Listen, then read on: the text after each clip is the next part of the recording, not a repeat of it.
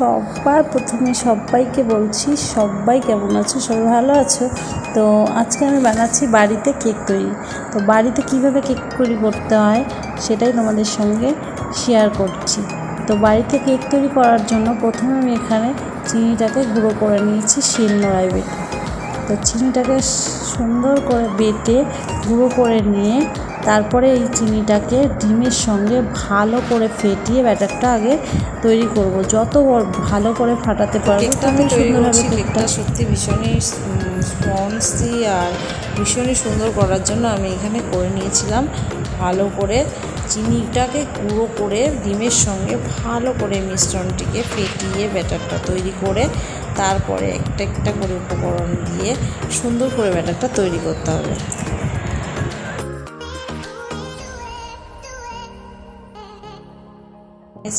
সবার প্রথমে তো চিনিটাকে গুঁড়ো করে নিয়েছি আমি এখানে একটা গুড ডে বিস্কুট। তো গুড ডে বিস্কুটটাকেও আমি এখানে ভালো করে শিলনোড়ায় গুঁড়ো করে নিয়েছিলাম। ময়দা আর লাগছে আমার সাদা তেল, সামান্য পরিমাণে লাগছিল কাজু কিশমিশ, স্বাদ মতো একটু সামান্য নুন। তারপর সব মিশ্রণটি একসাথে করে আস্তে আস্তে করে চিনিটা যখন গলে যাবে তখন আস্তে আস্তে করে দিয়ে দিলাম।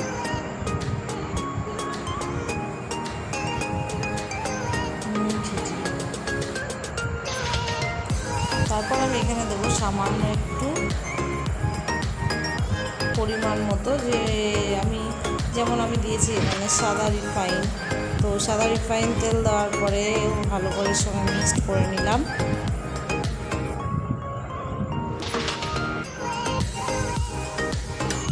তারপর যে বাটিটায় আমি ব্যাটারটা দিয়ে কেকটা আমি তৈরি করবো সেই বাটিটার নিচেও কাগজ দিয়ে সাদা তেল দিয়ে আর সামান্য একটু শুকনো ময়দা দিয়ে ছড়িয়ে নিয়েছি যাতে কেকটা সুন্দরভাবে পরে উঠে আসে।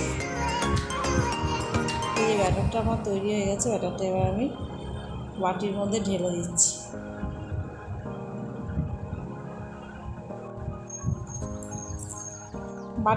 বাটিটার মধ্যে সব ব্যাটারটা দেওয়ার পরও বাটিটাকে ভালো করে ঝাঁকিয়ে সুন্দর করে সমানভাবে ব্যাটারটাকে সমান করে দিতে হবে, যেন একটুকু বাইরের কোনো হাওয়া ভেতরে না ঢুকে থাকে, তবে কিন্তু কেকটা আমার একদমই ভালো হবে না। আর আমি কেকটা করবো বাড়িতে প্রেশার কুকারে। তো প্রেশার কুকারের নিচে আমি দিয়ে নিয়েছি নুন ছড়িয়ে আর তারপরে স্ট্যান্ডটা দিয়ে এবার বাটিটা বসিয়ে দিচ্ছি প্রেশার কুকারের মধ্যে।